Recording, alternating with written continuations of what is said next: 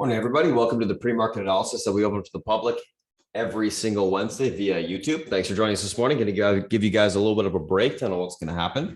So once I'm done speaking here, Beth's going to come on, give you a little bit of a breakdown of the macro environment and news events that happened over the course of this evening or this morning that are important, of course, and any of the bigger picture ETFs, commodities, etc., that make sense to be looking at. After that's done, I'm going to come on. We're going to be going through the individual names I'm looking at that are gapping up, gapping down. We'll talk about the news associated with those gap up, gap downs, build an action plan for those names from a technical perspective, as well as go through the SPY, the FANG, the VIX, Qs, and IWM. After that's done, I'll pass it to Selpeach. He'll go through any of the individual names that he's looking at, macro perspective from his point of view, as well as analyst calls for the day. And then we'll do a quick little recap of those individual names and we'll be ready to go. So without further ado, I'm going to go ahead and pass over to Beth, guys, and I will talk to you shortly. Beth, if you're ready, it's all yours.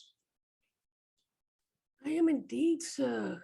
Good morning, good afternoon, good evening, my friends. It's Wednesday morning here, pre-market, SpartanTrading.com. This is what we do every Wednesday. We open it up to the world globally so we can share ideas, what we do pre-market. And I have been away. I'm back at my desk right now. It was a wonderful time off. I needed it. And I'm going to share with you because it has been a little bit of a time off. The commodity super cycle regime, what I'm looking at, yada, yada, yada. You know the drill. Okay, today, what do we got going on? Powell does testify today, so that obviously is noteworthy. You have inflation rates that came out of the EA. Okay. Like I say, I mean, the train's left the station. We'll see how things play out. We do have the ADP numbers. We'll see how that is. Let's see what the crude stocks look like. OPEC Plus said that they will increase. And as the rates go up, they'll do something about it. Look, there's fear and there's greed. Greed trumps fear when it comes to commodities, right?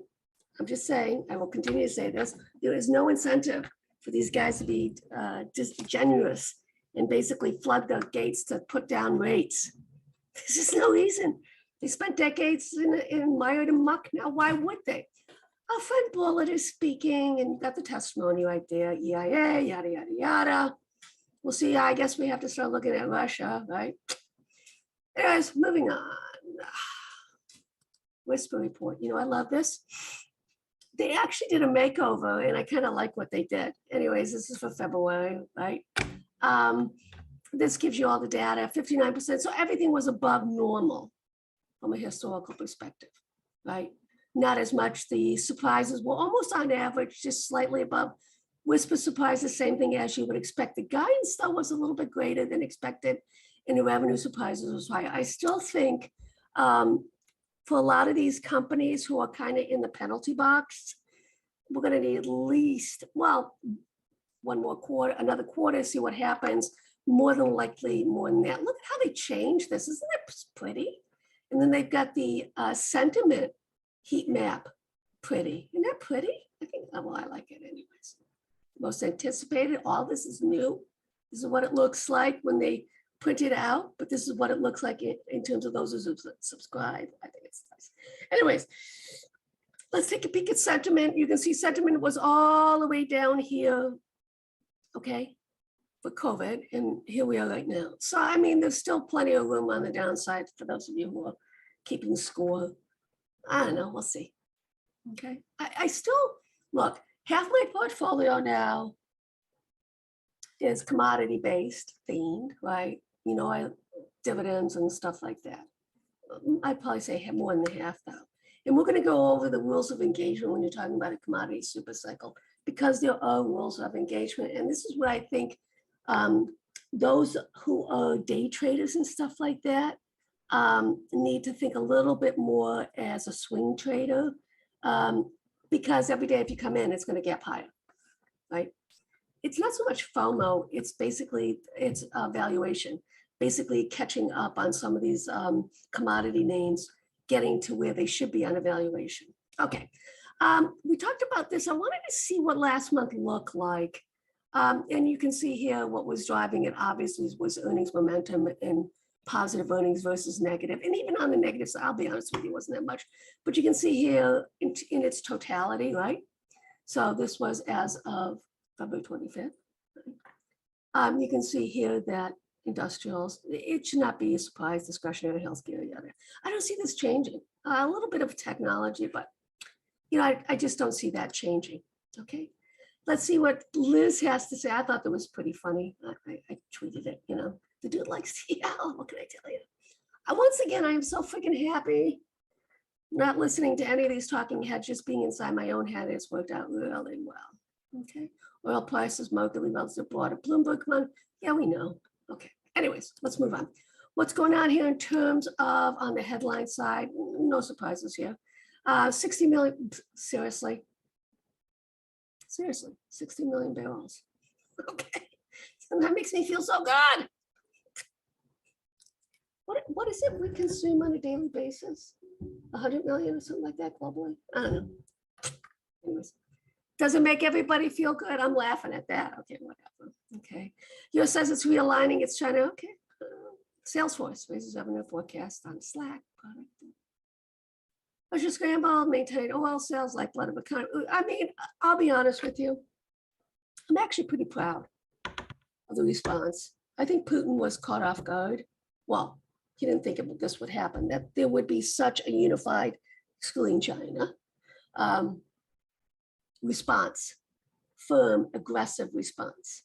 Germany buying defense products, increasing. Defense companies here in the US going up crazy because of that. So a lot of things are just putting into place. There was a couple of things that was out in regards to the EU about quantitative tightening that needs to be looked at as well. Okay, well, the headlines, right? There you go. This is fantastic, okay? So there was the chatter that he was going to do this, and they're doing it, and I think that's fantastic. I really do. I just love the CEO, and I think it's so much more worthy than GM as far as I'm concerned on a valuation basis, as well as pricing, right? So see how things play out. It's going to be, the themes aren't going to change much. And even, look, if you believe that Russia's going to basically stop doing what they're doing. What did they say that they surrounded one of their nuclear power plants, the largest nuclear power plant in Ukraine? I don't know. It kind of takes our mind off the FOMC, but as a result of that, we do have to talk about the FOMC, right? Everything's the same, right? Upgrades, downgrades, and I'm not going to even discuss upgrades or downgrades anymore. Only when it comes to flows, I'll look at that and stuff like that. I'll just gotta let South Beach handle that going forward. China wants a huge pressure on foreign trade. Yeah. So what are we seeing? I still think China's in trouble. Okay. And I think that, look, they got to do something about this. They're gonna have to do something about this, right? All right. So what's notable, guys, gals, peepettes, throughout to July 2023 now. Okay. In terms of the CME. So it gives us a really nice breath going out over a year and a half, right, to see how many rate hikes we're looking at in terms of, minimally to average and stuff like that. And the reality is, 5, 6, whatever. We've gone over this ad nauseum, what I'm looking for. We'll see how it plays out. Okay.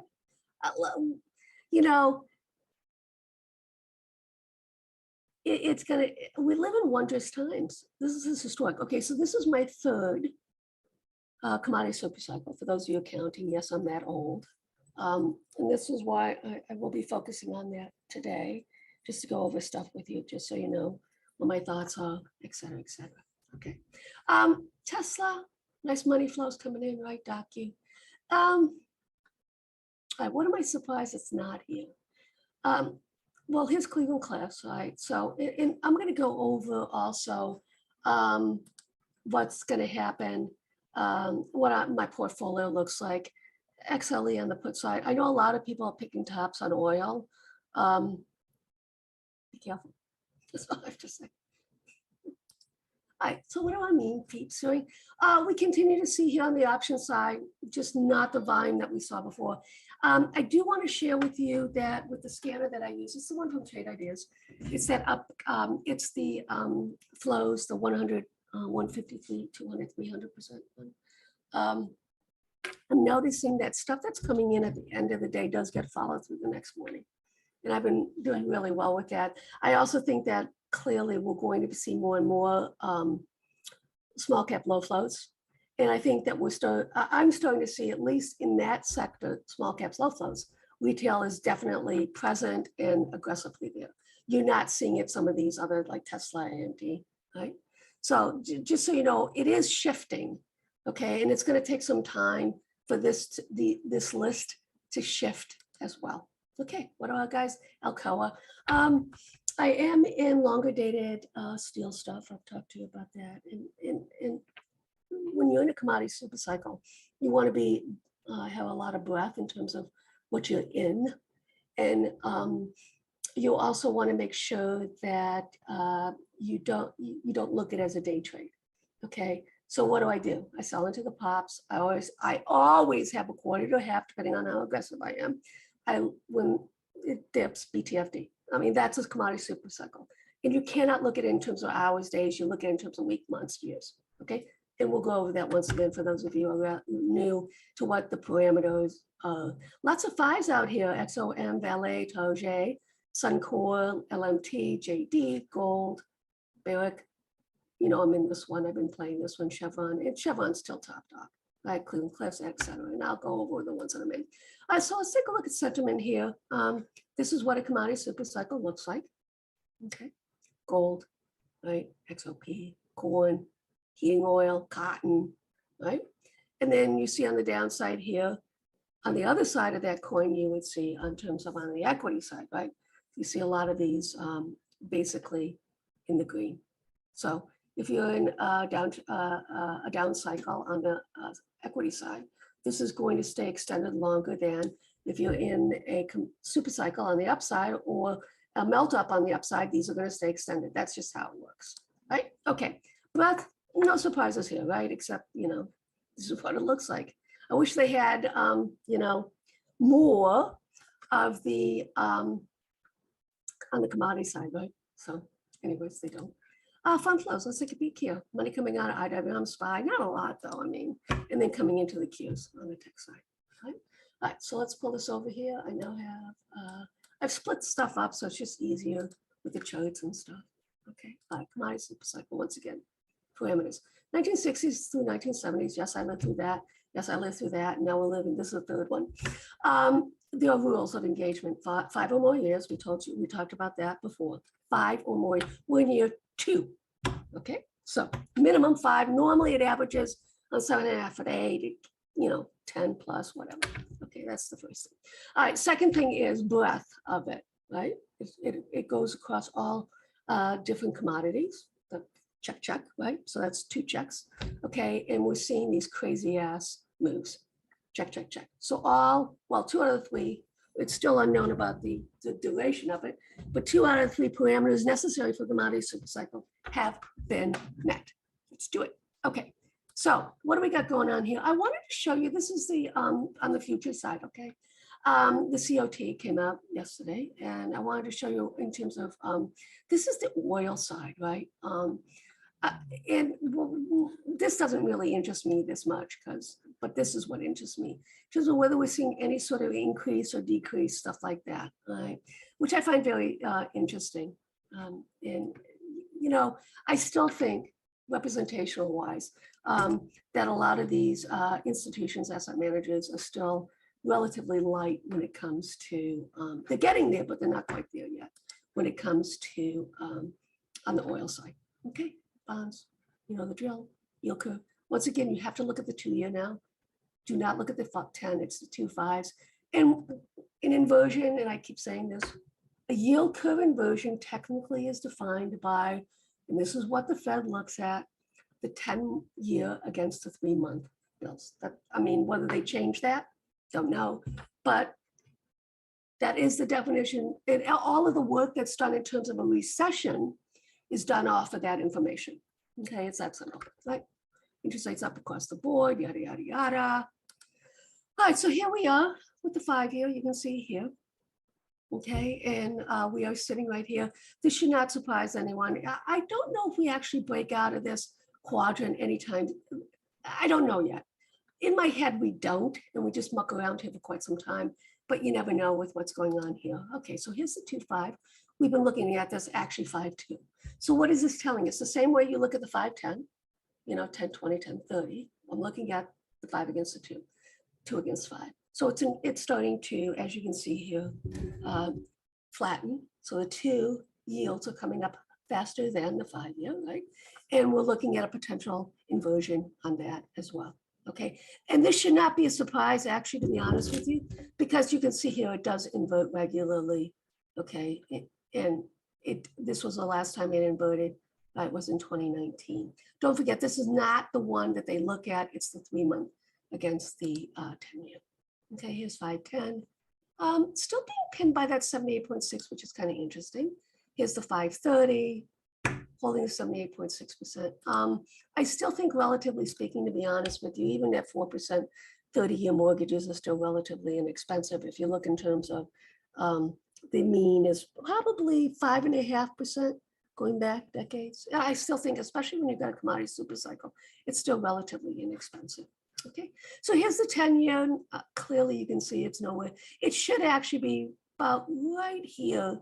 Okay, if you look in terms of the 5-year, and here we are down here.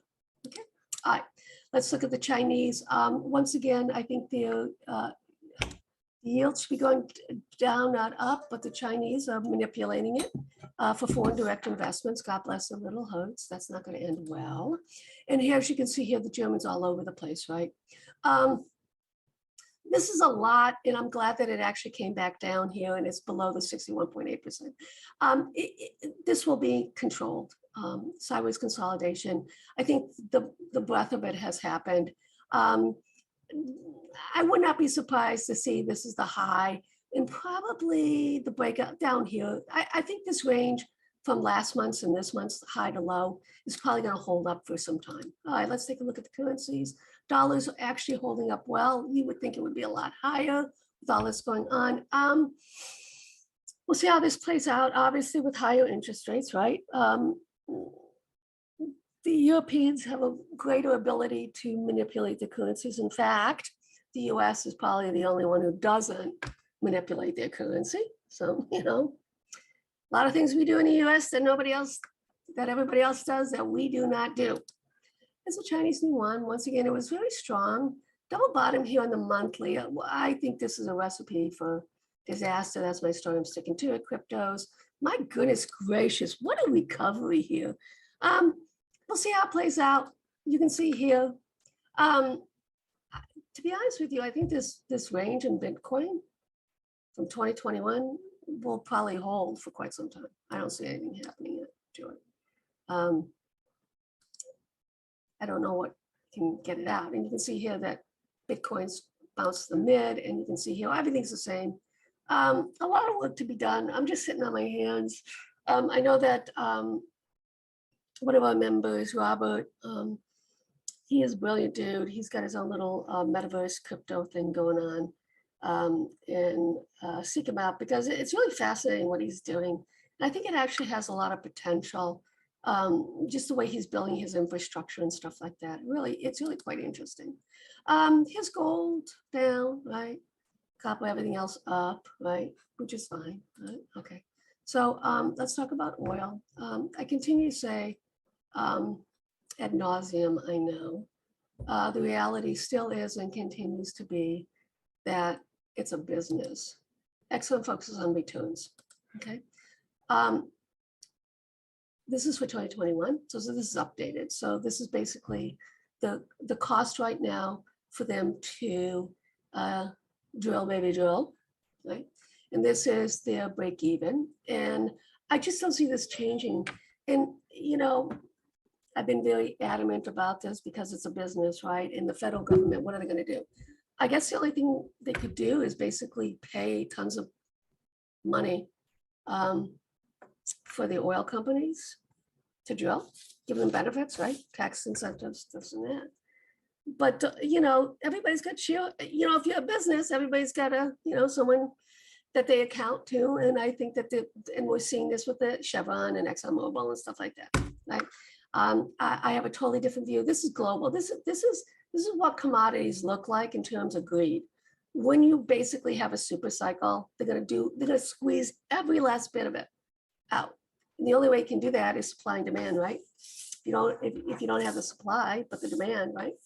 Just saying, this is how it works in the real world, guys, gals, peeps, peepettes. CRB, I mean, it's all about oil, right? Which is fine. Natural gas is kind of interesting here. I'm actually thinking of getting back in it, maybe doing an out of the money June contract. I don't know yet. Some calls. I haven't decided yet on UNG yet. Here's, you know, we talk about the physical, right, versus the refiners and miners, and you can see what's going on here, right? That it's basically, it's starting to pull back, and this is what we want to see, and this is one of, obviously, this is a natural gas, right? Here's crude oil against natural gas, about to break out. Please, it's notable. So what this is telling me that the next leg up is coming. But if you are in crude, this is where you would start to take off. That's why, and I never do this. And for those who've been here for a long time, know that I never do. I think it's the first time I've posted Gush in a while, ever, I think, in this room. I don't play it often, but I did say, you know, buy it. You know, I'm going to take probably most of it off on the open. I don't know yet. I might roll it. I haven't decided yet what I'm going to do, but you can see oil continues to break out. All right, here's Gush. It is obviously a leverage 2 times ETF, and I normally don't like to do this, especially on the energy side. So if you followed me on this trade last week, was it last week or Monday? I don't know. You can take some off. If you want to, you can basically use on the weekly, you can on the daily, just use yesterday's high. Okay, if you want to look at that as you stop. Okay, because if it comes back in, it'll probably come back down to here, and then I'll load up again. Okay, so this thing can really move, right? XLE, well, you know, I've been talking, I mean, this is the decades worth of time and effort I put into commodities, right? And I shouted this out. It's gotta be 6 months now, right? About what it looks like, commodity super cycles. What happens is you have these breakouts, right? But then you have these gut-wrenching pullbacks that make you think it's over. That's why you always have to have something on, because you're going to get moves like this, and you're going to come in and it's going to be, you know, 2, 3, 4% higher, right? So here's XLE against USO. It continues to weaken against the physical. I actually think this holds, and I still want to, that's why I'm not enamored with on the physical side. I want to be more on the refiner side. And I'm in, you know, I'm in Oxy, I'm in a lot of XLE, I'm in XOM, I'm in Chevron, I'm in a lot of stuff on the commodity side. And I think it's pretty important to understand this. What I like about this XLE is because almost 45% is ExxonMobil, Chevron. For those of you who are looking, it's inexpensive and it's nice. Things are getting really expensive, especially when you look at Chevron on the option side, longer dated. The premiums are ridiculous, and that's what you would see, right? We're about to, okay, so we have a commodity super cycle in my head, and I said this before, and I know I got a lot of snickers from it. I see Chevron going to 300, okay? 300%. So that's, I mean, it's in my head. I hear Chevron against ExxonMobil. Now, this is really important because, okay, there's a lot of room on the upside still, and you can see this right here, last commodity. This was back in the 70s. You saw how this really ripped all the way up here. So eventually, I actually think that it does go all the way up here, and that would be a 54% outperformance of Chevron. So Chevron continues to be the top dog that you want to be in. Okay. All right, here's ExxonMobil. You know, it's lagging, obviously, you can see that. Here's Oxy. I like this one too. It's inexpensive. It's not gonna be the same, but it's gonna have a nice little push on it. And I see it going easily to $70 in this cycle. OIH, XLE, this is kind of interesting, right? We continue to talk about this, OIH versus the XLE, obviously. We are getting at a key support, so be aware of that. So that what would that mean? If it does hold, then you would start to see like Schlumberger, Halliburton, And that would be something coming out of administration in terms of drilling and rights and stuff like that, right? Okay. So here's OIH. As you can see here, it's trying to break out. This has a lot of false breakouts on the monthly, so just be aware of that. Here's gold against crude. Finally, okay, we are seeing the breakdown. I wanted to see, what does this mean that crude, this is a heavily, heavily traded spread globally. This is the top dog spread, okay, in terms of what you see on the gold oil side. Okay, this is a big deal. The United States doesn't, those traders in the United States doesn't understand how this works. Okay, in the scheme of things, this is what's important for a lot of these commodity traders globally, and those who happen to be in gold and oil, which a lot of countries, a lot of traders are. Okay, gold futures, still hanging in a little bit of a, last month you can see here, didn't take it out. It's an inside month. Nothing's going to happen till FOMC. Gold, silver, you can see that gold's starting to pull down. This is what we want to see, as silver as a industrial metal. Here's gold, lumber. You can see this is actually bear flagging gold against lumber. What does that mean? We're probably going to get another leg up. We still see GLD against GDX, which is fascinating. I took some off. GDX, a lot of stuff off, and that's basically going into the FOMC. You want to do that. A little bit of a double top here on silver, notable. So if you are in silver, you want to lighten up, probably a half right now. Silver against SLV, the physical is still outperforming, right? But it is holding this, but it's starting to break down. So you do want to be careful with your silver exposure. Lumber, I think it's going to break this downtrend line, friends. Here's copper futures. So I think this is going to break out. Here's palladium. I think this is going to break out. We do have a little bit of double top. I'm not as, I don't have a high conviction on that right now. Watch platinum, please. This is also an industrial metal, right? You have to be aware of that. So nickel clearly kicking ass right now, right? Love it. Here's aluminum kicking ass right now. Love it. Here's uranium kicking ass, about to break out. URA trying to break out. We'll see how this plays out. I'm in UEC and I'm also in the UUU. Cleveland Clear some in as well. I got a great fill down here when we had this little bit of a double bottom. So this is what I mean by if you're looking at the bigger picture as opposed to the shorter term. This is why I look at weekly monthlies on the commodity side. This is how you understand things. Okay, so basically we pulled back, right? Reversion to the mean, as well as a pullback into the 100 EMA. And then you can see here, basically reversion to the mean, and then it started to hold up, and then, that's how you get into these trades, friends. All right, Beth, ready to go. All right, my friends, enjoy. All right, thank you so much. Thank you so much. If I can find, here it is, I can find it. Oh, thank you so much, Beth. All right, guys, what's going on? Morning. Let me just pop up the screen share here. Let's do that. Okay, so if you guys are new to chat, haven't already done so, make sure to click that Discord link that's emailed to you. Once you do click the link, you're going to come and chat. It's going to look like this. First area to go to, guys, when you do come in, click on the new to chat information section, read through that. We'll go through that in a little bit, but read it from top to bottom. That should help you understand what the heck's going on in the room, how to navigate, et cetera, et cetera. Pre-market tickers on watch, guys. What do we got going on today? A couple different things. Tesla, Snow, CRM, FSLR, JWM, and then Sophie. So a little bit of a gap up on the market. So you got a couple things gapping up with it. Tesla gapping up at sympathy, Snow gapping up at sympathy, as well as ahead of earnings. And then you have a bunch of earnings plays from last night. CRM earnings beat, EPS and revs 25.9 year-over-year growth. Q1 guidance in line, positive 2023 guidance. EPS slightly lower and rev slight raise. I'm surprised actually. CRM, they lowered their guidance slightly on their EPS for both next quarter and 2023, but you still see some nice movement to the upside. FSLR earnings beat, EPS and revs miss, year-over-year growth 48.9%, 2022 guidance lowered, stocks gapping down. GWM earnings beat, EPS and revs, year-over-year growth 23.1%, 2023 large raise on EPS and then rev raise there. Basically the EPS, I think it was like 50 or 60% raise, so quite significant there. Sophie earnings beat, EPS and revs, Q1 guidance lowered, revs, and then sorry, that should be lowered revs, but EPS raise. So Sophie gapping up a little bit on that. Let me just quickly correct that.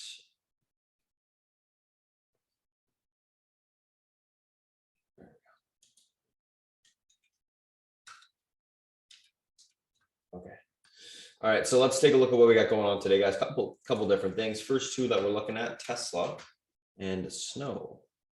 So let's have a look at these.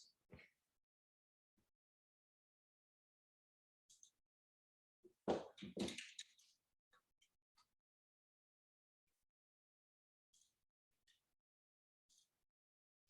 right.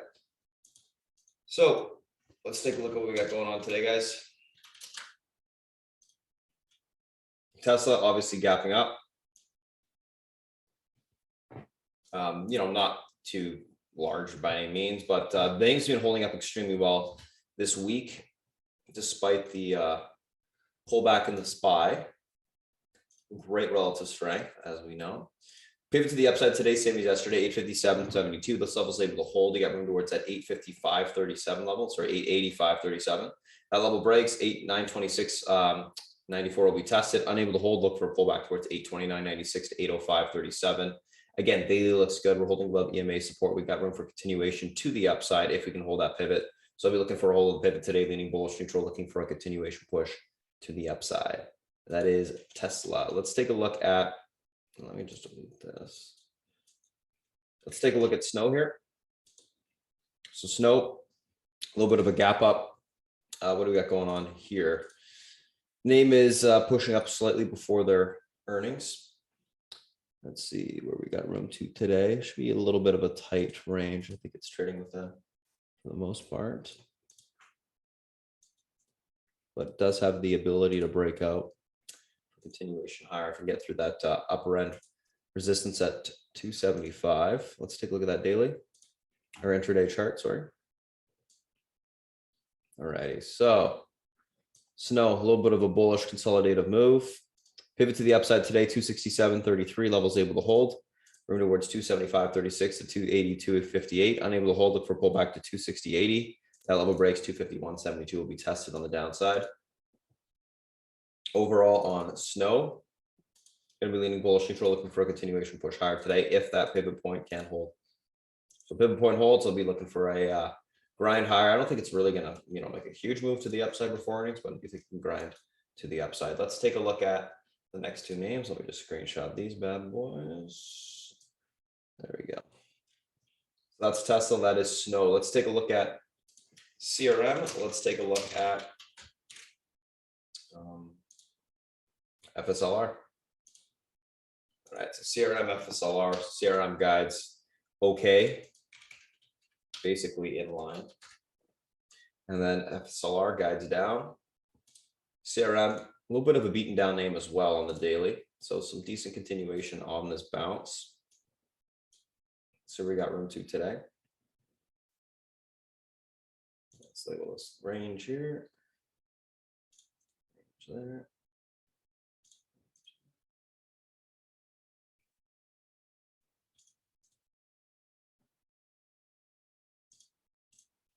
That should be good.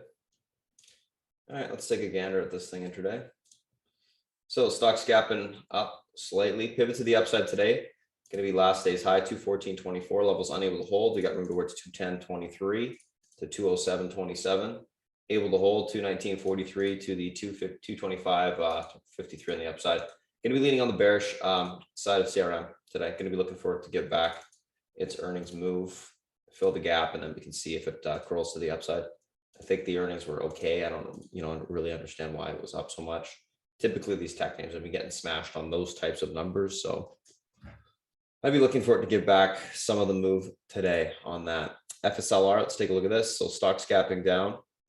Interestingly enough, they lowered their guidance for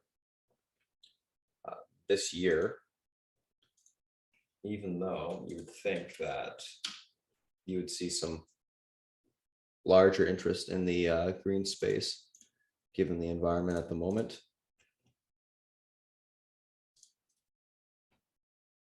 I think it gets bought up on their pullback. Let's see. Let's take a look at this thing intraday. And there's been pretty heavy solar buying as of late too, right?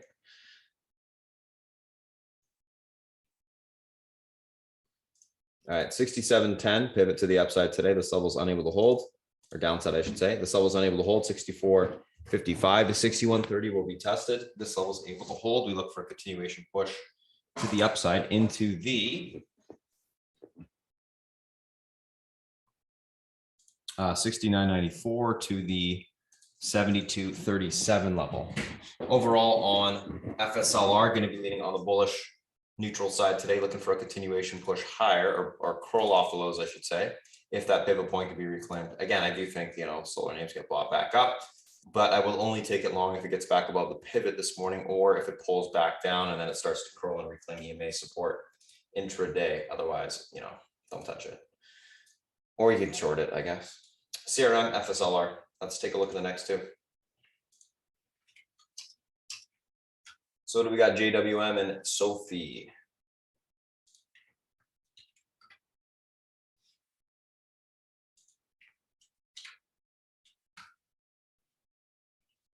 JWM, nice gap up, basically squeezed on the EPS raise on their guidance, which was again quite significant. You're into the gap. Yes, you are. Okay. Let's get that 26 level.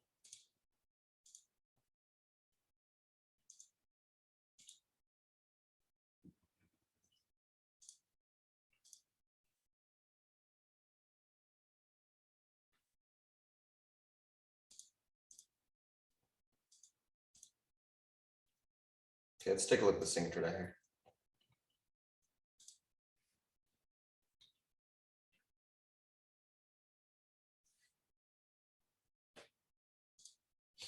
$25.97 pivot to the upside today. This level is able to hold. You get rid towards 27.41 to 28.47.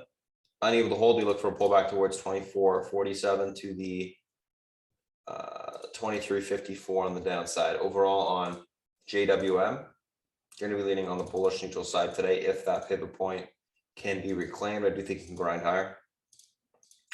And yeah, I think it looks pretty good. It did fill the gap on the daily. That's just why I think it's pulling back at the moment, but I do think we could see a continued push to the upside if the pivot is reclaimed.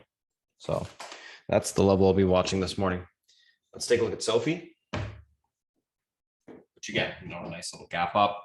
Let's take a look at this intraday. This one was, again, another interesting one on earnings. Weren't very strong on the guidance side, but you do have a big move or a bigger move to the upside. I guess it has been quite beaten down as of late. Let's see, 1381. Let's get that 50 EMA labeled.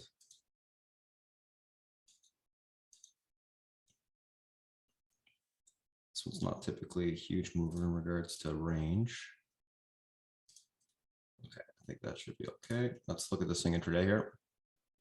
So we got short-term EMA support reclaim. You are still below the 50 EMA, and that's going to be the pivot to the upside today. 1311 levels able to be reclaimed. 1385 to the 1444 level will be tested. Unable to hold, $12 to the 1116 on the downside. Overall on Sophie, going to be leaning bullish neutral, looking for a continuation push higher today. If that pivot point can be reclaimed, we should see continuation. That is Sophie. So I'm going to be leaning bullish neutral on that. Looking for a grind higher above the pivot point. Let's screenshot these. Let's move on to the SPY and the FANG, guys, which is what we really want to look at, I think. Well, SPY for sure. GWM and Sophie. All right, let's take a look at SPY here.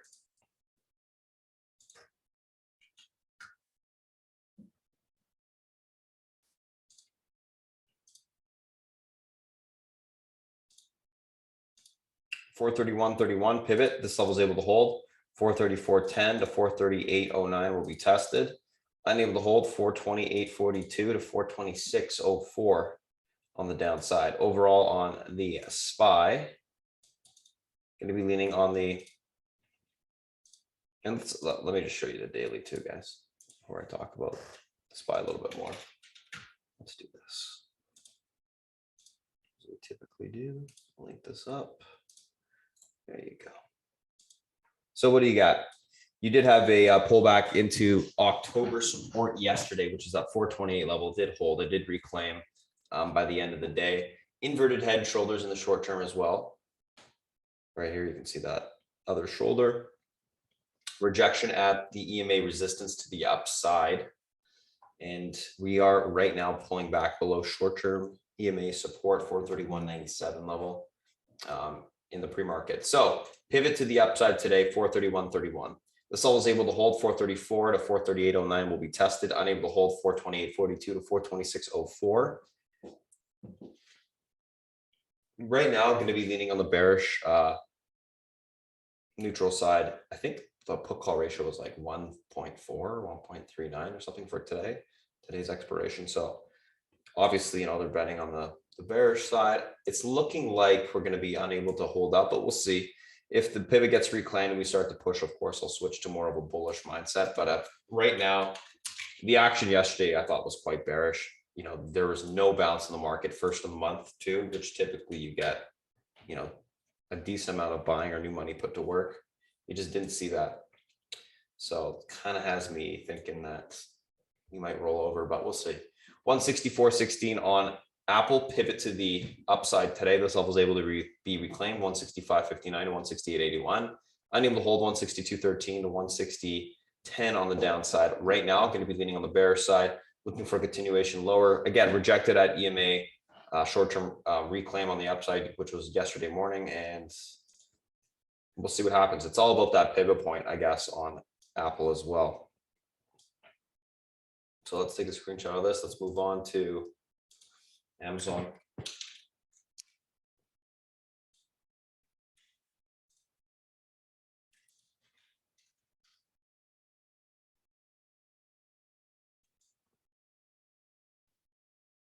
All right, guys, Amazon pivot 30.59.53.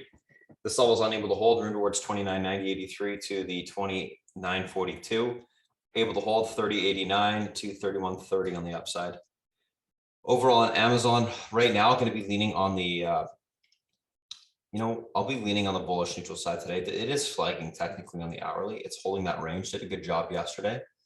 If it can get back above the pivot, it can push, in my opinion. And I think, it did act decently well yesterday. Obviously pulled back slightly with the market, but it didn't really have that downside range you would expect on Amazon when the market's pulling back that hard. So, and also that gap down on the SPY, and you opened up pretty much flat yesterday, right? So I think that's interesting. And it kind of shows a little bit of strength there. Netflix, on the other hand, 394.84 pivot levels able to hold 406.90 on the upside will be retested. Unable to hold, we'll be looking for that 376.72 to 365.76 on the downside. Did retest EMA support to the upside. Again, this name held up pretty well, given the market pullback yesterday. I'm going to be leaning on the bullish neutral side. I'll be looking for a reclaim of that pivot or a retest of it.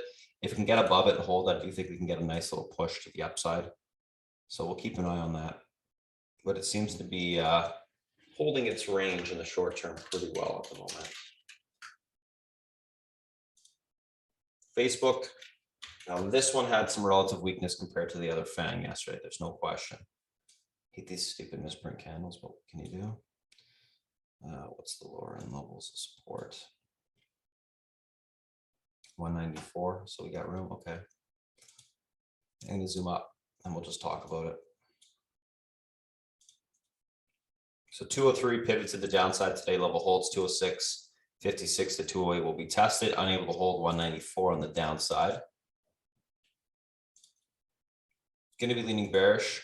Looking for a retest. The pivot. If it breaks, you got room to 194. If it holds up, I think you do get a little bit of a bounce today, but we'll have to wait and see what happens on the open. Daily chart certainly looks like it's bear flagging, rolling over. You do technically have an hourly inverted head and shoulders here as well. It's going to be hard to see, but right there. There's your shoulder, and then the head right here at 213. It's obviously a little bit skewed because of these stupid misprint candles, but you can see it there that I think that I just showed you, right? So that's Facebook. Going to be leading bearish neutral for now.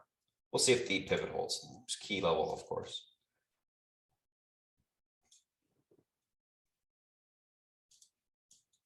All right, last but not least,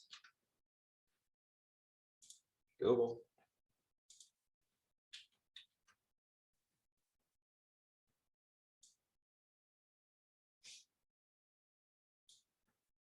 All right, so Google guys, 2707.36 pivot, levels able to hold. 2759.71 will be tested, unable to hold 2663 to 2618 on the downside.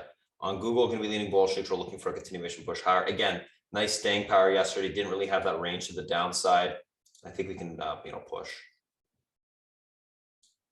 What was interesting yesterday, guys, was the tech price action. You didn't get that high PE tech sell-off like you typically get when the market pulls to the downside. Big things that we're selling off are like financials, industrials, utilities, those types of things. Opening names rather than the tech and high PE tech. So that was definitely notable. We'll see if they hold up today. If they push, maybe get a divergence in some of the names. I don't know. But that's Google. Let's take a look at the VIX, Qs, and IWM. So VIX 32.62 pivot to the upside today. Levels able to hold 35.41 to 39.09 will be tested. Unable to hold 29.96 to 28.77. Market, it was going to be, or the VIX will be opening up a little extended to the upside today. Not much, 1 point.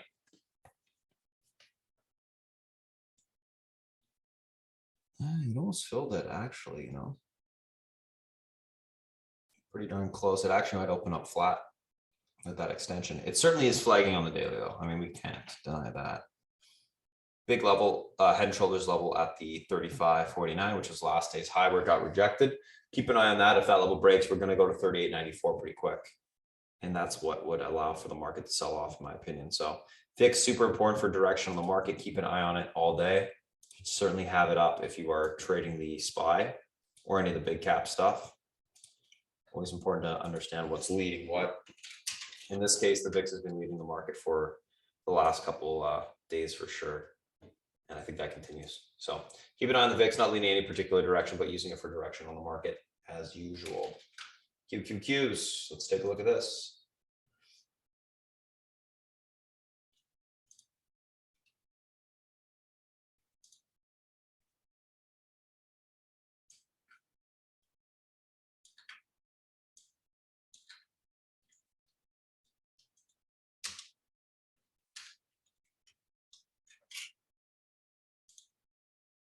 Okay. So Qs pulling back here. Similar chart to the SPY in regards to that inverted head and shoulders on the daily. Let's get the next level to the downside here labeled. Let's switch the pivot over.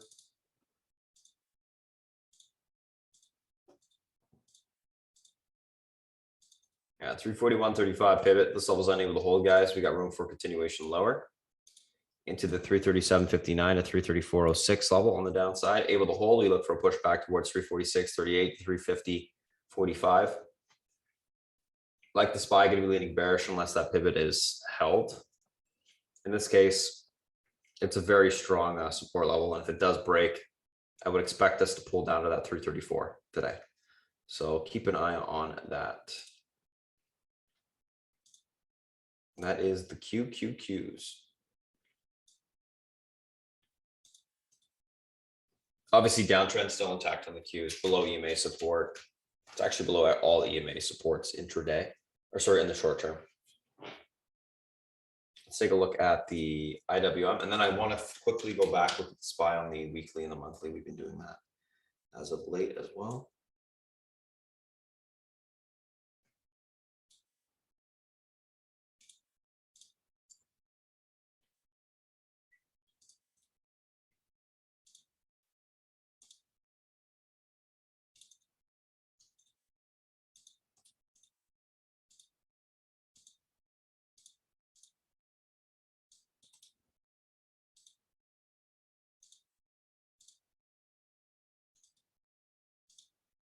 $201.08 pivot to the downside today. This level was unable to hold. We're going to go to 197.33 to 195.18. Able to hold 202.99 to 204.86. On the upside will be tested. IWM going to be leaning on the bearish side as well today. Looks like we're pulling back off of this head and shoulders on the hourly. And yeah, we'll see if the pivot is able to be reclaimed or not. Right now, bear flagging. on the pre-market chart, you know, with last day's move. We'll see. I mean, the big thing would be a reclaim of that pivot because you're reclaiming EMA support on that daily. So we'll see if it's able to be reclaimed there. All right, quickly, we'll go back and look at the SPY on the weekly and monthly. There we go.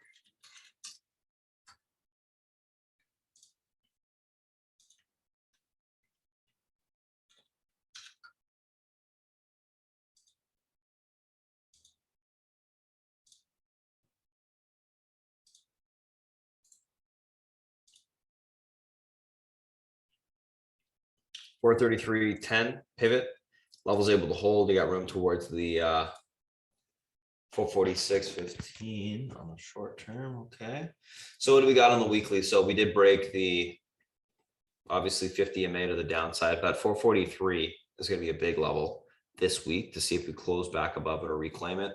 If we're unable to do so, this could be the start of confirmation to the downside on the weekly. Market hasn't broken that weekly 50 MA since COVID first began. And when it did, it sold off pretty hard. I think the other time it did was 2019. And again, once it broke it, it sold off pretty hard.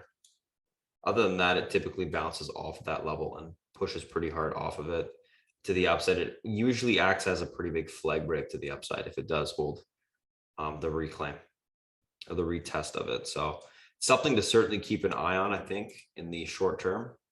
This week, next week, see how we close above it. And then the monthly SPY, we did pull into the short-term EMA support and are holding that at the moment as well.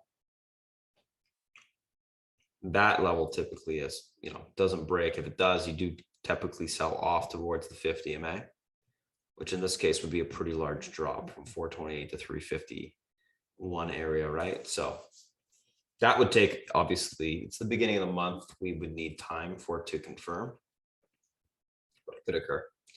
Something to keep an eye on. Let's take a quick look at Bitcoin as well, because this has been pretty bullish. You can see the flag on the monthly. You can see the flag on the weekly. Back above 50 MA support. That looks great, actually. Take a look at the daily chart. And let's actually see BLX intraday real quick. Okay, so it did pull back off that range. So big level of the upside on Bitcoin is 45,000 essentially, guys. You get above that, you got some plenty of room for continuation higher. You'll be looking at 48 pretty quick. It was extended to the upside yesterday. It held it above the 50 MA, which I was actually super impressed with. We got a 2-day extension, and it did hold that extension, which is bullish. Now we'll see if we get the next leg up or not, but still 45,000. It's actually 45 or 44,800 is the key level to break through on Bitcoin to the upside for the next leg up. Gets you that, I would expect another continuation push. I can tell you though that the weekly and the monthly do look quite bullish. That is something that I would say is a pretty chart. Now it's all about confirmation for the next leg up, I guess, right? So we'll see what happens there. Anywho, that's the SPY, that's the FANG. Those are the individual names that we are looking at today. We'll have to watch to see how I think tech reacts and looks today. Certainly going to watch, commodity-based names. We'll be watching oil, we'll be watching the, gold stocks, watching anything mining related as well, precious metals. And I think we should keep an eye on some of the travel names as well. I would expect some weakness in those too. With oil obviously spiking, the margins get eroded even that much further. Not that anyone's going to even really consider traveling to Europe, but or as many people would consider traveling to Europe, but I think those names could come in a little bit today because of the prices of oil. But we'll see what happens. Anyhow, I'm going to go ahead and pass it over to Selfbeach for a little bit, guys, and then I'll come back on. We'll do a quick little recap for the open, and we'll be ready to go. Selfbeach, if you're ready, it's all yours. Hey guys, okay, pump day. Let's see what we got going on. Okay, let's go right to the bond market. The 10 years up 0.049. It's gotten pretty smacked around the last few days, right? Since this whole Russia thing came to a head. So we're down from like what, 205, 206 to 176. All right, so a big drop. But I think that's transitory. I think the drop is transitory. I don't think inflation is transitory. I think it has to do with what's going on in geopolitics and stuff like that. And the spread is still basically the same, about 11. The 2-year is 35. So there's not going to be a 50 basis point hike, I don't believe. Okay. I think he'll be pragmatic. You saw some of the excerpts of what he's saying. I think everything he's saying is going to be pragmatic. But make no mistake, this is not going to change anything as far as raising prices. And when I say I mean the Russia situation is not going to change the fact that interest rates are going to start getting hiked in March. Okay. No shot of that happening, in my opinion. So that's what we have. Rates are going to go up, and that's the way it is. Okay. And they're going to try to choke off demand a little bit, and raising interest rates should help to some extent. To what extent, I have no idea. But and you have inflation running crazy, so you got to choke off demand somewhere, right? And so that's what's going to be. All right, for sure. Let's see what else is going on. So the bond market, pretty much everywhere, is more or less the same. Okay, UK is up 0.11. Germany 0.05, et cetera, et cetera. Curves are flat, rates are up a little bit. They've taken a drubbing, a little bounce back. That's that. Let's move on. All right, so let's look at commodities. We got oil up $7 at 111. There's part of the inflation scenario that we're looking at. Of course, this one is being affected by a geopolitical situation, but it's not good to begin with. OPEC is going to stay the course. Their meeting today lasted for 10 minutes. They're going to raise 400,000 barrels per day. That's it. That's all they're doing. Okay. Let's see, gold, silver, copper, nothing really there. Agricultural commodities. Remember I was talking about wheat yesterday, guys, that, it's an issue because of the Ukraine being such a big producer of wheat. It's up another almost 8% today. So it's gone since this whole mess started from 750 to 1,059. Okay, so that's about a 35% jump, more or less. Russia makes gains in South, heavy damage in, what are they saying, Kiev. Okay, so that's, and trading is halted in wheat at the moment. So it's going to gap up even more. All right, so that's commodities, not helping the inflation scenario. Dollars mixed, North America up against the yen. China's flat, and the euro's been the dog. It's 111. Okay, so that's that. Crypto finally having a little bit of a down. I think this crypto is definitely being bought by people who are scared. Baltic countries, Ukraine, Russia, etc., worried about their currencies. They're buying Bitcoin and they're buying U.S. government bonds for sure. Okay, that's adding to the luster. Bitcoin's down about 1.5% today. Ethereum about the same, and Solana up a little bit. Okay, and let's look at the foreign markets while we're at it. Okay, we got FTSE up 0.5%. DAX is it was up a little bit ago when I walked in. Now it's down 35 points, which is 1/4%. And over in Asia, we have Nikkei down 1.5%, China down 1%, almost 1%, and Hong Kong down almost 2%. Okay, those markets have been pretty crappy going, recently. Okay, so where do we start? Banks, Fed, we discussed. China's watching what's going on. They had a couple of statements today regarding their sights on Taiwan. Okay, it's ours, it's going to be ours, et cetera, et cetera, et cetera. Okay. Russia, they were talking about this Ukraine situation last night on one of these, political shows, and some of the experts there think this whole thing could last 10 years, which is pretty amazing. I don't know. I have no idea. All I know is there's a lot of bloodshed there right now, and it's not a good situation. And Russia is being cut off at the knees on every possible way economically that it can be cut off.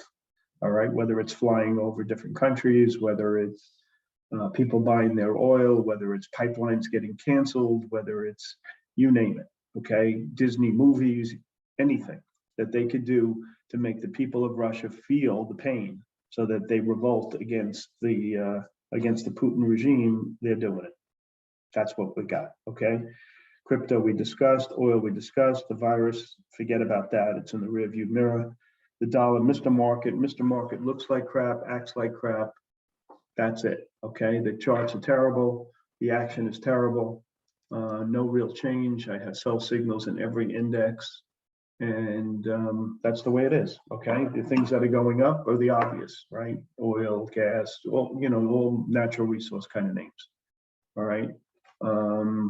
Yesterday, Mr. Market, what was bad? FANG, retail, rails, banks, high PE tech, semis, anything with a high beta, airlines, cruise lines, machinery, goods. On the oil, on the positive, you had big oil, E&P, material, solar, gold and silver. I think EV should start acting better, solar will act well, et cetera, et cetera. Okay, move on. You had the State of the Union last night. I don't like to get political, but I don't think he said anything. Okay, there was nothing said about an energy policy. When he talked about inflation, he said, what? It'll be okay. Well, that's not okay. Have a plan. There was no plan.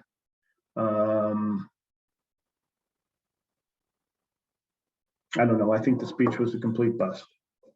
All right, and so did all the political pundits that came on TV. So we'll see. There's no plan. You need a plan. You don't have a plan, you're screwed.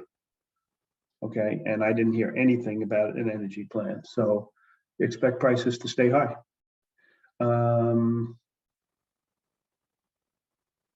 And you're going to see problems in stuff like wheat too, which I talked about a second ago, Citrini. It's going to get really nasty. Okay, so I don't know. Watching that speech was really something. Powell, he was speaking today. It sounds like he's going to be pragmatic. Okay, he's going to raise a bunch of times, 3 or 4 times in a hurry. All right, and then he's going to be data dependent. Okay, look, rates are super, super, super low. To raise rates 4 or 5 times is not the biggest deal in the world. Okay, the problem is energy. We have no plan. Okay, we don't want a pipeline. We don't want to drill more. We don't want to do anything. We're not saying anything. We're not doing anything. And there's no transition from fossil fuels to green energy. And that transition could take time. So what do you do in the meantime with no plan? I don't know. I think he's early, like 9:30-ish. 10. Okay, there you go, Citrini. Thank you. Okay, so really, I think Powell is, he's got a tough hand. The cards in his hand are not that great, but he's going to do the best he can. He doesn't want to shock the system. But, there's been guys on TV to say the only way to quell inflation is to go into a recession. That's possible. All right. We'll see what happens. But, energy is, there are a couple of things that really are important to cost of goods, right? Energy is one. Personnel is the other. Those 2 things have gone through the roof. I mean, my wife hires, is in charge of hiring for a company that has 26,000 employees. She can't get enough bodies in the door. Okay, so what's going on in the city? She speaks today. Today's their annual meeting. That company has been really poorly run for a really long time, but it's super cheap. So we'll see what happens with that. There was one line that Powell said and Biden said that I want to find. Hold on. Oh, fighting inflation. You shouldn't lower wages. You should lower your costs. Well, how the hell are you going to lower your costs when energy and personnel costs are through the roof? It's actually kind of comical. Anyway. Moving on. Let's look at earnings. Okay. Good earnings out of JWin, SoFi, Zip, Ross Stores, HPE, CDLX, Arlo, Domo, negative out of AKA, Dibs, CCXI, Fizzler, ANF, CELH, and KOD. All right, let me see if there's anything else in that thing in a minute. Hold on.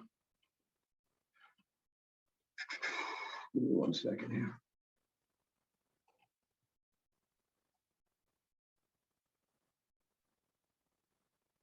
Because there was some verbiage and a bunch of stuff that I might have missed. Here we are. Okay, so Playboy was good as well. SNDX had some positive news on enrollment in for a drug. The oil stocks we know are up for the obvious reasons. And on the negative, let's see. Here we go. Hook is doing a secondary. KPTI is, I think, is that the one that's doing the convert? Hold on, I wrote it down. Oh, that's INVA is doing a convert. That's about KPTI had some negative news on a drug. That's that. Okay, tonight we have American Eagle Outfitters, AEO, Plan, Box, CHPT, Okta, Snow, Splunk, Vive, to name a few. Tomorrow we have Best Buy, Big, BJ, Burlington Coat Factory, GoGo, KR, Revlon, Utz, and TTC. Okay, so that's that. All right.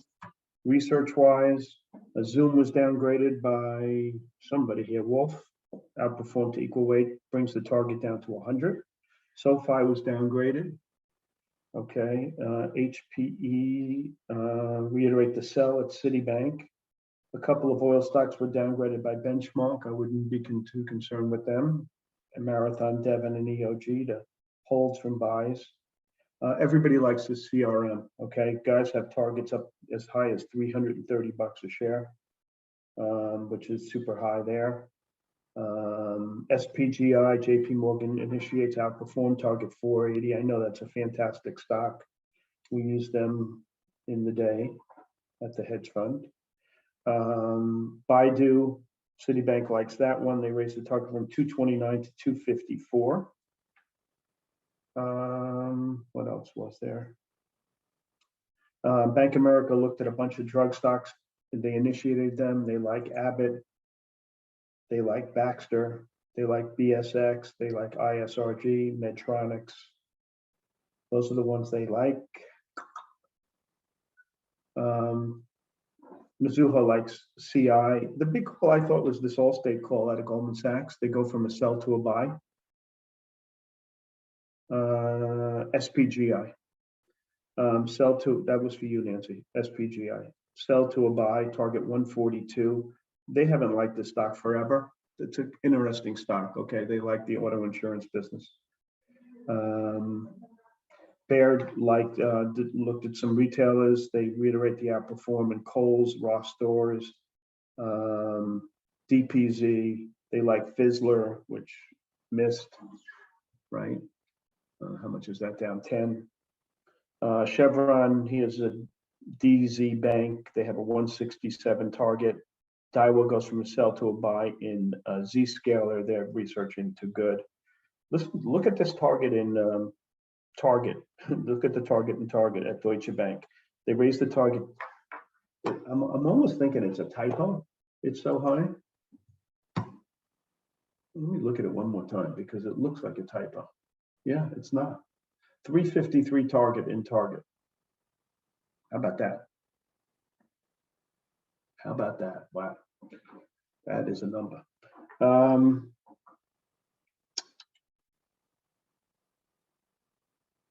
That's the reason. Look, these guys suck. Okay, trade the tape, not these knuckleheads. All right.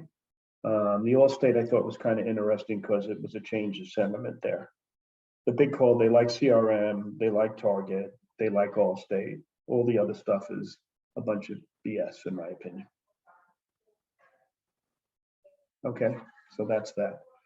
Kathy, what'd she do overnight? not that it matters. She bought NTLA and Crisp and Blade, and she sold AQB. Very quiet last night. There's one syndicate deal, Hook, 2 million shares at $2. That stock had been a decent flyer for a bit. Okay. Bill Miller was on. He found a bunch of stocks he liked, but Bill Miller's been dead wrong. Okay. The last time he came on and touted stocks, he liked Teva and ZRM. Teva was what, 10 or 11 bucks? Where is it now? And he said it was going to 30. He was close. It went to 7. And the other stock he loved was VRM. He thought it was going to 60. It was 60, 50 bucks. He thought it was going to 100, and it's 3. Okay. So listen to these guys who come on TV, with a grain of salt. They have to set up technically. If they don't set up technically, God can come down with the tablets and tell you what to buy, and you shouldn't listen. All right. It has to set up. All right. These guys are no smarter than you are. They just have bigger balls, and they got to their position because of that. All right. They're not so smart, believe me. And that's that. I think the big problem, guys, is the obvious. All right. We have no plan here in the US. And the world is in disarray. All right. And let me tell you something, okay? If you think that this thing with Russia and Ukraine caused ripples in the economy, just imagine if China went into Taiwan. That would make it look like a pimple on an elephant's ass. That's how important the chip industry is to the United States. Okay, that's my opinion. You could disagree with me, that's fine and dandy, but that would really shake things up. And believe me, they're watching to see how the world reacts. Okay, so that's it. Let's see what else. Technically, what groups do I kind of like? All right, so rates are up a little bit. All right, Powell is going to give a bullish scenario on rates, so you could get a bounce in the financials. Okay, that's one thing that I think could happen. As far as the market holding gains, look, it's gotten drubbed, so for it to have a decent day on the long side would not surprise me. And with oil trading up $6, I wouldn't be surprised if oil opens at the highs of the day, these oil stocks. So I'm not, I don't think you should chase them. That's my opinion on those. As far as travel and leisure, I think that's in the can for the time being until things smooth out. I think people are going to not go to Europe and stuff like that. And they're going to be very cautious on, vacations and stuff. And that would be another year of things, these travel and leisure names having a rough time. So I'd be a little careful on that. No matter what Bill Miller thinks about Norwegian going to $50, I don't agree with that.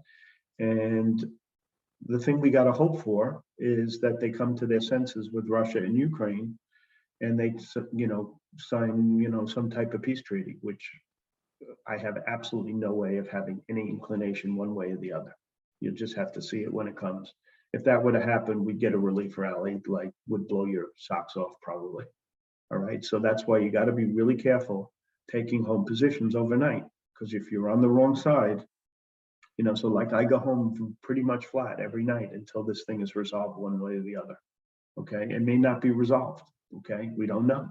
I can't get into the guy's head, but I can trade group rotation, and so that's what I'll do. All right, that's really it. All right, so we'll look for news coming out of Eastern Europe, and we'll watch the price of oil, and we'll see what's what. Okay, but that's it for now. So it's all yours, my man. All righty, thank you, South Beach guys. Morning. Let's do a quick little recap of what we talked about today or this morning so far. So let's take a look at what we got going on in regards to the pre-market notes. Everything's posted there. You can take a look at that. If you're watching YouTube, you can simply just pause it and read it. And then on the option side, same thing. All right, let's go through this stuff, guys. Pre-market tickers on watch. And you can obviously see how the charts are posted. A couple different things that we're looking at today, guys. Tesla, Snow, CRM, FSLR, JWM, Sophie. Tesla gapping up and same with the market, same with Snow. CRM basically gapping up on their earnings, FSLR gapping down as they lowered guidance, JWM gapping up as they raised guidance, EPS by 50% plus, and Sophie gapping up on their earnings as well. Let's take a look at these names from a technical standpoint intraday. So first two names that we're looking at today, guys, Tesla and Snow. So let's have a look at these. So Tesla, Snow, Tesla gapping up. It did hold up extremely well yesterday. Bullish consolidation basically the last couple of days. 857.72 pivot to the upside today. This level is able to hold. You got room towards it at 885.37 to 926.94. Unable to hold. 829.96 to 805.37 will be tested on the downside.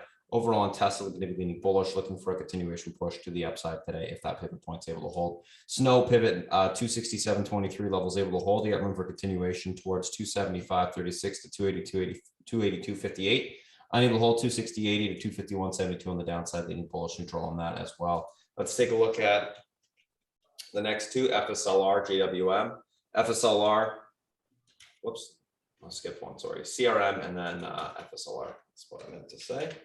So CRM gapping up, the earnings weren't great. So, they kind of lowered some, I think, what was it? They lowered the revenue. I know EPS on their guidance.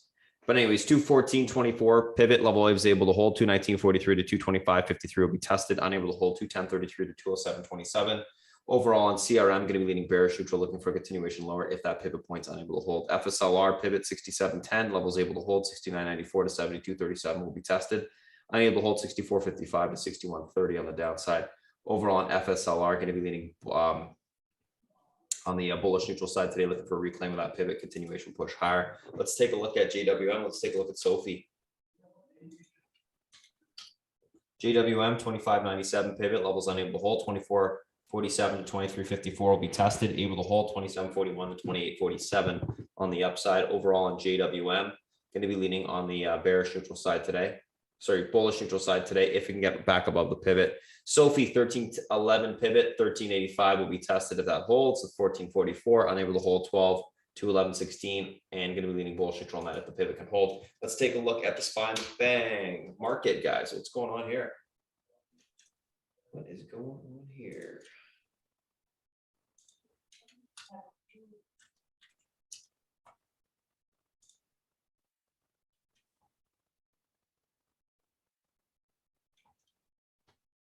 There we go.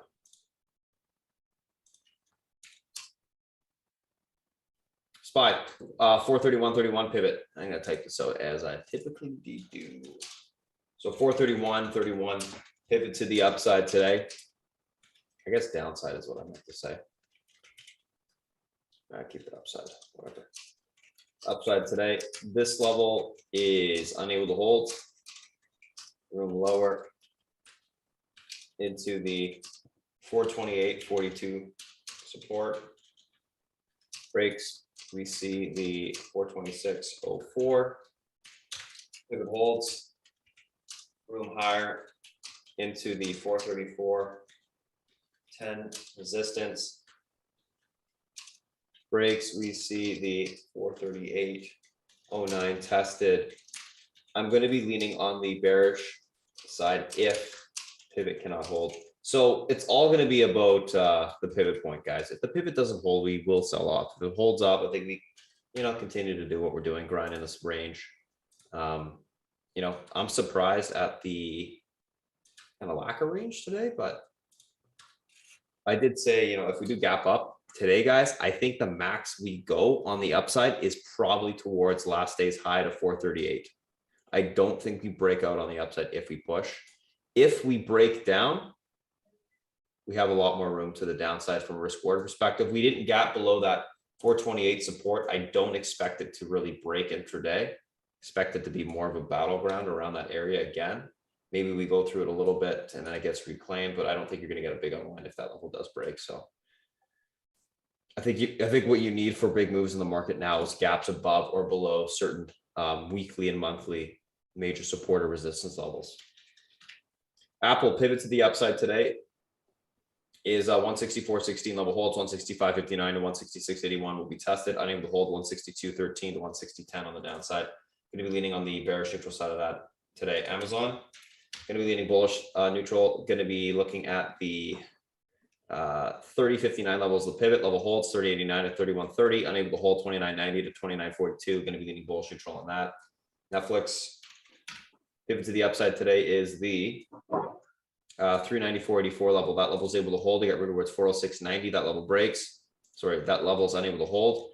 376.72 to 365 on the downside, leading bullish neutral as well. Pretty good staying power on that yesterday. Facebook 203.16 pivot, unable to hold, moving towards 194, able to hold 206, 208, 83 will be retested on the upside.